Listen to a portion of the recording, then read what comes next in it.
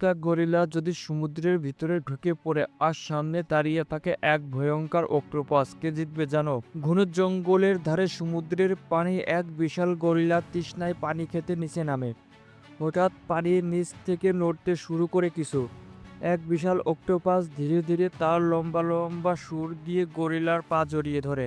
গরিলার আগে গর্জন করে সে নিজের শক্তি দিয়ে সুরগুলো ছিঁড়ে ফেলার চেষ্টা করে এবং ছিঁড়ে খেতে শুরু করে। কিন্তু অক্টোপাস খুব চালাক, সে কালো কালি ছড়িয়ে চারপাশ অন্ধকার করে দেয়। এখন গরিলা কিছুই দেখতে পাচ্ছে না। হঠাৎ অক্টোপাস তার শরীর জড়িয়ে ধরে পানির গভীরে টেনে নিতে শুরু করে। গরিলা শেষ শক্তি দিয়ে এক ধাক্কা দেয়, পানি ছিটে উঠে চারদিকে। কিছুক্ষণ নীরবতা, তারপর পানি ফেটে ওঠে, গরিলা উঠে আসে কিন্তু আহত। অক্টোপাস সে আবার অন্ধকারে মিলিয়ে গেছে।